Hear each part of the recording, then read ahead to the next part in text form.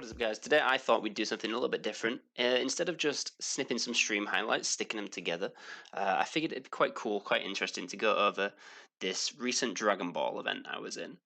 It was a DBSL fight night, so it was kind of a, you play a one round, kind of like a boxing match sort of night where they have like main events and yada yada. The format for the card event was best of three. No sideboards, but instead you had side decks. So this did mean you had to build 3 decks for a webcam event. So in the current, situation with COVID and stuff, not many people are building multiple decks, as far as I'm aware, at least. So that was a bit difficult, but we got it done. We got 3 decks made. I'll go through my decks soon. It's kind of similar to Hearthstone's sort of format, where you can play one deck, and if you play that deck, you can't play it again.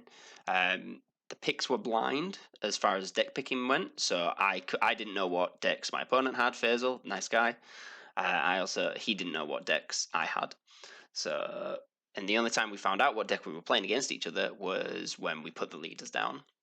We told the judge beforehand, so we couldn't do any sort of counter picking. It was a really fun event. There is a second one that's going to be on April 10th. I would definitely recommend it. They've got a Facebook page, Discord, announcements coming out soon. I'll put all the links in the description down below. Disclaimer though, if you are from EU, my round did start at 2 a.m.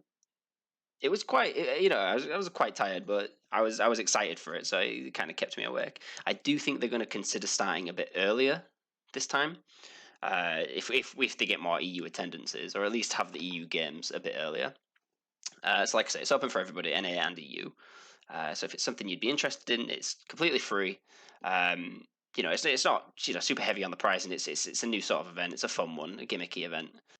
I know they've got a good few more events in the future lined up, so definitely I won't spoil anything, but definitely stick around for them. Just do a quick overview of the decks. As you can see, my decks are the only 3 that I really have or had previously built in the past maybe year or so. So Dark Broly, fairly standard meta deck. Not everybody brought meta decks, so there were quite some fun decks that showed up in the events. But yeah, I brought Dark Broly, Cell Surge, one of my favourite and probably best performing decks I've got, and Lord Slug, the original. It was a mono green version. It was, again, just a deck I feel really comfortable on. I haven't played it in God knows how long, but yeah, it was really fun. And yeah, as you can see, Faisal had Majin, Vegeta, Invoker, and Topper. So neither of us knew what decks we had available, let alone which decks we were going to play against in the first round. So let's start that first round. So yeah, we go for the dice roll to start. I rolled a 1, he actually rolled a 6, so he got the advantage here. And then we placed down our leaders. So he'd chosen Majin Vegeta. I believe this was his most comfortable deck.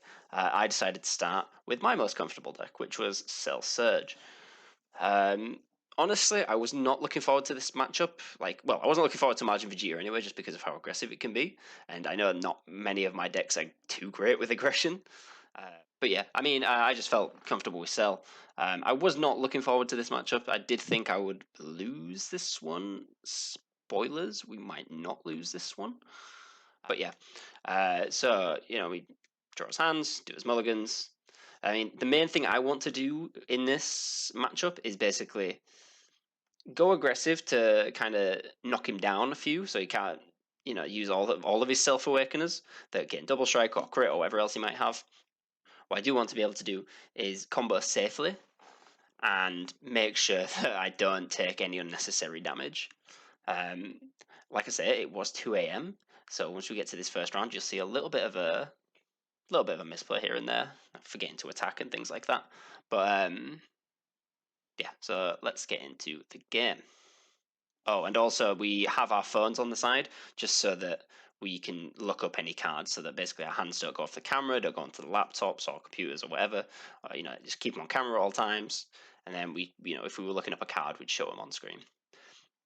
So yeah, Faisal to lead with Majin Vegeta, charges his dormant potential. First thing he does, ditches the Hatchiyak that pulls out a Babidi, and then Babidi pulls out the Quick Awakening or whatever it is, the field card. that gets cards under it every time he takes a life and lets him play out a Boo eventually. And then he passes his turn to me. After playing those out, I draw for turn. I go with my usual Cell Surge. I don't charge multicolored unless I absolutely have to first turn. So yeah, I start with charging a green. Top 5 search. I think I have. There's an ideal starting hand for Cell where I want to see a Demigra, a Freezer Charismatic Villain, Demigra Unison, that is, Freezer Charismatic Villain, and a Bardock Raiders. And having a 9-drop Cell Xeno Parasite is also really good. So, off my top 5 search, I believe I did a Demigra, and I dropped the Cell Xeno. Cell Xeno is basically like a Saiyan Instincts, but just for Cell Surge, and it costs nothing. So, draw 1, and I can pull a life. Like I say, I am trying to be kind of cautious of my life, but I do pull the life just this once. I think I might have still been searching for the Demigra, actually. But there we go. We did find it. We get the Demigra up to 2 markers. This is what I'm saying about the misplay. I actually swing with my leader, and then I don't swing with the Demigra. I actually pass to him, so that's kind of on me. But yeah, Demigra is really good for the deck because it allows the Freezer Charismatic to come down early, and you know if you need to take life to keep it alive, then you can. Definitely my favorite unison. Really easy to keep on board. So Majin Vegeta takes a life. And here I should swing with the Demigra, but I actually don't. And I say, yeah, sure, pass to you. Realised way too late. I realised like middle of his next turn. So my goal here is to kind of, whatever he plays, whatever 1-drop or 2-drop he might play, it's probably going to be aggressive, probably going to have double strike. So I think whatever he plays, we'll freezer it. Because, I mean, I'd normally do that on any play, but against this deck, obviously, it's especially important. I think we just realised there that he didn't put a card under the Quick Awakening after taking that damage. So yeah, we want to freezer whatever he plays. He starts off by playing the Unison. I think that's the new King Piccolo one that has Revive. It is a different choice. I've not seen it before, but I mean, yeah, Rejuvenate's probably quite good in Majin Vegeta, I'm sure. Puts a card under it, does all that shenanigans. Where we both draw one, yep. And then I believe he taps 1 to be like, yep, goes for the Servant. 1-drop, I instantly freeze the Charismatic it. He still pulls a life, just stops the double strike coming at me. And that goes to the drop. And he slides, yeah, this unison gets a bit out of control with markers, really. Swings at my Demigra, I believe, so he's got double strike, pulled the life for it. So yeah, Quick Awakening, and he pulls a life, gets double strike, and I believe he's swinging at the Demigra. Because we have a bit of a questioning about Demigra's damage processing, so take 1 life, take 1 marker, or has to be both of 1. But yeah, whilst we go through this, the Freezer Charismatic I find really important to have on the board at least turn 1 or turn 2. The best play that I found in this deck was turn 1 or 2 Freezer Charismatic. Turn 2, you do either an offensive or a defensive Raiders Warcry based on the deck. And then turn 3, make sure you've got a yellow charged, and then you can Super 17 on turn 3. Really good for aggressive players, especially if they play a Unison early on, then you don't have to swing at their leader, you don't have to give them that life, but then you can crit them down. Crit them for life, and you've got Super 17 on the board. So obviously in this matchup, Super 17 is not that important because Vegeta's just going to crit him, pull his life all the way down. But still, just thought the freezer would be good to get down to have to stop his double strikers. So yeah, as we can see there, just catch up to speed. Got Demigra on 1 marker, and I took 1 life from that hit. He's now awakened. He's on tap 2. He taps 1, plays another one of those Vegeta with Servants that pulls a life, getting double strike. He goes to swing at my leader, I believe. Yeah, he goes to combo onto it a little bit to make me take it, because obviously I don't want to be... The main thing is I feel comfortable going down to 4. I just have to be very smart with comboing if he's trying to take me below 4, which obviously it's Majin Vegeta, of course he is. So I take these 2. Obviously he's comboing off his board. I'm still gaining a bit of hand advantage. So I'm on 4 life on turn 1. Normally that is really bad. Oh yeah, so he's got the cards under the Quick Awakening, so he goes to play a Boo. Yeah, so he goes to play this one. But he wants to take the marker off of Demigra, so he actually changes it. And then he gets rid of my Demigra, which is fine. Demigra served his purpose. Sure, I don't have a 15k beater on the board, but I do. I've played the freezer and I've got what I need down. So yeah, takes off the marker. Demigra dies. So yeah, like I said, being on 4 life on my turn 2 is really not how it should be. I really hate getting taken low early on Cell Surge for obvious reasons. I need energy to do my plays. I need 4 energy to free play the 9-drop and do all sorts of successor shenanigans. So it's really, at this point, I'm thinking, okay, well, I'm not going to get much in terms of successor because I'm not going to make it past these next few turns. So I need to kind of switch gears, go aggressive against his 4 life. So he's swinging at me with the Boo. I combo off to... Is that right? Yeah, I combo off. This was a misplay as well. So I combo off to 25 to get out of the attack. I thought I had 5 for sparking here. I actually didn't. I realized afterwards, but it's fine. We can still work around it. So he uses the Dark Dragon Ball to bring out the 4-drop Boo from the Ultimate deck. We've already seen that he's running the Lord's Slug that has triple strike and is effectively a deadly defender. So I'm absolutely dreading this. I'm thinking, okay, well, here we go. He does a bit of a shuffle. He says he had, I think he was telling me afterwards, he had like 8 or 9 targets in the deck. He looks at the top 7 and he actually whiffs. And if that didn't save my ass, I don't know what did, because oh my god, he whiffed. He didn't get one, which is really devastating for him, especially if he's running the usual Boo Xeno chain, because he definitely could have. Oh, he definitely could have ruined me if he'd gone into that one. So yeah, he brings out the Boo. Unfortunately, he whiffs. I believe he swings him with the Boo as well as the King Piccolo, because the King Piccolo is a 15 beater, I think. Yep, swings with the Boo. The Boo, when it's in rest mode, if I swing at his leader, I have to drop 2 cards, which is not ideal. So he swings. I think at this point I'm kind of realizing, wait, I don't have enough for sparking. What have I done? But obviously I didn't want to over combo, so it was probably the right play in the long run. And I take the hit. I go down to 3 life on turn 2. He swings with the Unison as well. This one's only a 15, so I do think, okay, well, maybe I can combo out of this one safely. Yep, combo 2 off. Now we've got the sparking. In this deck, I do actually run both Shocking Death Ball and Time Magic sparking, just because it's good for color ratios to have the Time Magic, and you don't have to have the 1 yellow energy requirement to do it. So we charge a freezer, because obviously we've lost a Migra. So first thing we do, same as always, search top 5, see what we can find. I believe, what am I looking for here? I think I've, at this point, I think I've actually got 2 Raiders in hand. So I add 1, rest go to bottom, tidy up the drop area before it starts spilling onto the board, and then we have to drop 1. What do we drop? We drop a Cell. So you have the option to not take a life with Cell. You draw 1, you can choose up to 1 life. Obviously, at this point, I'm not going to take a life. We've got 2 energy up. And like I said, the main thing we want to start doing is, well, first thing we want to do is get rid of that Boo. The Unison, I'm not too worried about. I am pretty concerned that he might have a Freezer Charismatic, although I haven't seen any yet. So it's quite a ballsy play what I do here, I think. If I remember rightly, I swing with either Leader or Freezer into the Boo. I think he's still got a pretty decent size hand, not massive, but it's 5-6 cards or so. So mine's not much better at this point, having to drop those for the combo that are now in the drop. So I swing Leader, and I believe this is to Boo. So the idea is tap 2, combo Raiders, go to 20.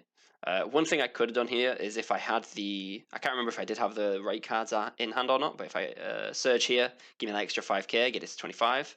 It would have mean he had to combo off 2 more. But yeah, Raiders comes in. I'm expecting a freezer. There's no freezer, so Raiders, does his thing. Draws me 1. And then we go with Raiders at the Boo, I believe. I definitely have the hand advantage here. So yeah, we swing Raiders to the Boo. But yeah, we don't want to over combo. If anything, we just kind of want to whittle his hand down, because when I awaken, which I believe I plan to do on this turn, I can't remember, but if I do, it's because I know that as long as I use my Surge effect that stops cards coming in active mode, then I only have to deal with 2, maybe 3 attacks. And if I've got negates in hand, which I'm pretty sure I did, then I feel safe. Like I could be on 3-2 life and I'll feel fairly safe. So a bit of a ruling confusion here. He combos a Tien, which like I think you drop a card and then you can shuffle cards back in or put one to bottom or something. He dropped the Beerus Godly Majesty thinking that it would come into play. Obviously it does not, because the Beerus has to be dropped by a battle card that's on the field. There was the whole Topper, Righteous Aid, and Beerus negate, and that's when that whole ruling came out. But he still decides to combo it, and I believe he actually dropped something from hand anyway, in an attempt to shuffle something back in, and then he had no targets or something. So he bit of a misplay there, but like I say, obviously I'm not gonna call him out on it. It's fine. I know he did say he was a bit nervous, so it's fair enough. Yeah, he's looking through what he wants to shuffle back in. Realizes he's only got the one slug to put back in. So yeah, he's out of that Raiders attack. I believe I do Awaken here. Yeah, I have to Awaken here, otherwise I'll just die next turn. But he does, yeah, the thing is, the main thing is that, yeah, I go to Surge, put under a Deadly Defender, and then I think I actually put under a Celzina. Not the SCR. Yeah, I put under the Die Parasite, flip over, draw 2, untap 2. Such a good Awaken. Do love it. So what I'm concerned about here is just surviving. So if I remember rightly, yep, I pitch off the Celzina. Anything he plays comes in rest mode just to protect myself. Then I think what I do, yep, send that to Warp, draw 1. Always get the draw, as much draw as we can. Oh, bit of lag there. That's fine. So yeah, the situation at the minute, 2 energy up, 3 life.